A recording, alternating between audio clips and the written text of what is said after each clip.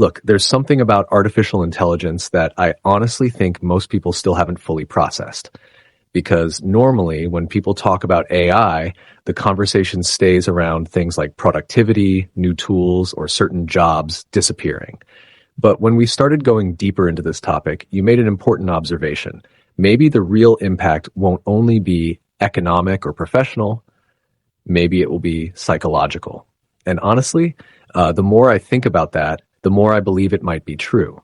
Because for centuries, society operated under a relatively stable logic. You learn something, you develop a skill. That skill has economic value, and that gives you a place inside the system. Not perfect, but relatively stable. And almost our entire modern identity was built around that structure. What you study, what you do, how much you produce, how useful you are. This is where the conversation started becoming truly unsettling. Because artificial intelligence is not just automating repetitive tasks anymore. It's moving directly into human cognitive territory. Writing, analysis, programming, design, strategy, research. And that's when you brought up something that I think is absolutely critical.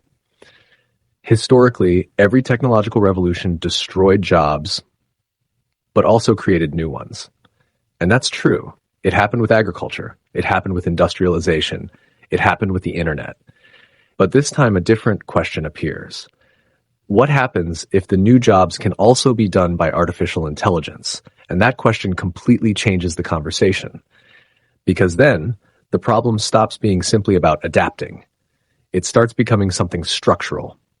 In fact, one moment in this conversation stood out to me especially when you mentioned something that almost nobody talks about. The disappearance of the first step in the labor ladder. And that might sound technical, but it really isn't, because every human career works like a staircase. You start as a junior, you learn, you make mistakes, you gain experience, and eventually you become valuable. But if artificial intelligence starts taking over precisely those entry-level positions, then a huge problem appears. How do human beings gain experience if there's no room left to begin?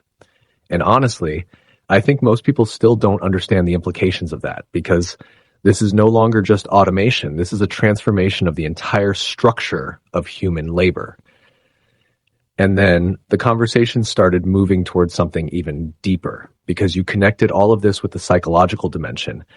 And honestly, I think that touched one of the most underestimated aspects of this entire technological transition. Because work is not only about money. Work is identity. When someone asks, what do you do?